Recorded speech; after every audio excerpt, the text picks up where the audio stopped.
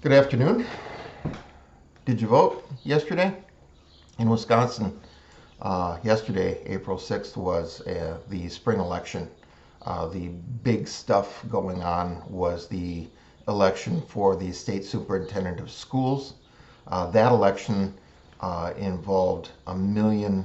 That was a new record of dollars spent on the state superintendent of schools election. Vast majority of that, probably 80%, was coming from the teachers union and other leftist organizations designed to get their candidate in place, which they did. Um, I voted. It's none of my business how you voted, by the way, so you don't have to tell me. I'm going somewhere with this.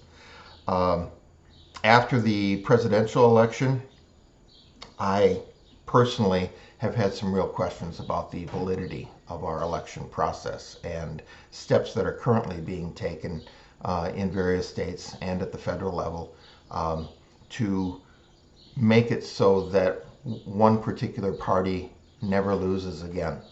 Um, Typically, what happens in Wisconsin is, as the votes are being counted, Milwaukee hangs back, hangs back, hangs back, does not announce their vote tally until the rest of the state is in. And oh, guess what? We just got a bunch of votes for the candidate that we want to have winning. That's what happened in the governor's election, and it's what happened in the presidential election. Um, is that signs of malfeasance? Depends on who you ask. But I do know that people who study the incidence of domestic conflict, which at its highest level is physical warfare, civil war, one of the precursors leading up to open warfare within a country is almost always the failure of one or more groups to recognize the legitimacy of the electoral process. I think we are well into that right now. And not just on my side. Prior to the presidential election, the Democrats were the ones who were talking about how the Dominion voting machines were flawed and how cheating was going to be rampant and fraud was so popular. Then their guys won, and that all went away. And suddenly they like switched sides. So that's one of the things. The other thing is springtime elections are important because your vote, my vote individually, has more power than in an election with a higher turnout. Most people, the vast majority of voters, can't be bothered to get off their arses and come in and vote during this type of an election. So what we have are fewer people voting. Therefore, those who do vote have a greater voice in the outcome of the election over those who stayed home on the couch. So, yeah, I voted for the state superintendent because it was on the ballot. Um, but I think more importantly for me, I voted for school board. There was several people up for elections on the school board, um, and I was very happy to endorse a lady who I've known for probably going on 30 years, who has kids in the school at Platteville and ran. And she's the one person I voted for who won. So congratulations to that person. But turnout tends to be low. So, the math is simple here, which is the kind of math I'm good at. I'm not good at higher level math because I don't do it well.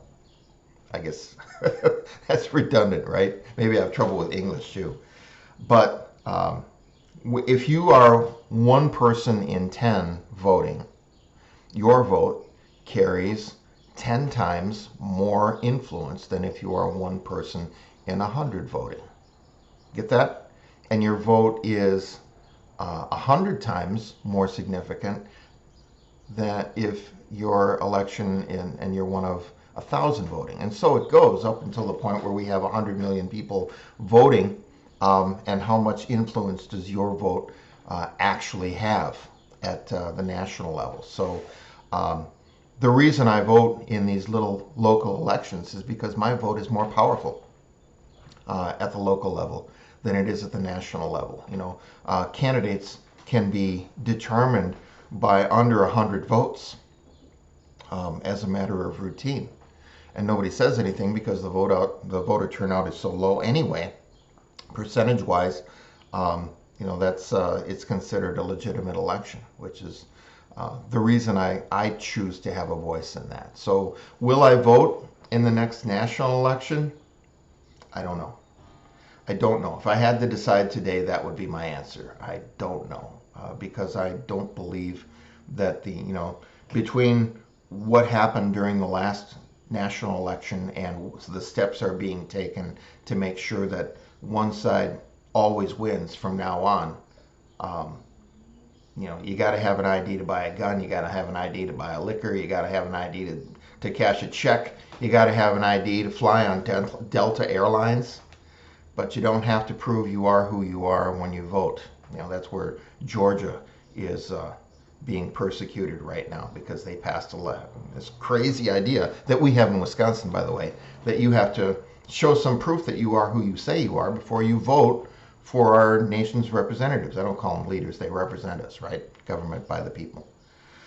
So, I don't know. It's just a matter of making sure that elections are legitimate, and I'm not sure that we're there. But I do know that at the local level, your school board, your mayor, your city council, your county board, those are the people, your township clerk and township chair, township board, people that you should by rights not have an excuse to avoid picking up the phone and calling these people. My representative here in the township is a guy named Lester.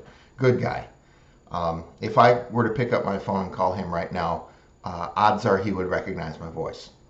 Not because I'm a pest, but because we're neighbors.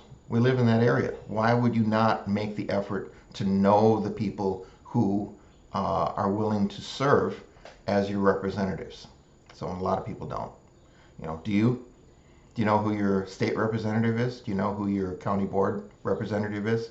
Until we got the Second Amendment resolution passed in Grant County, I would hazard a guess most people did not know who their reps are, and most reps were not used to hearing from people in the numbers that they heard from them in the lead up to that resolution vote.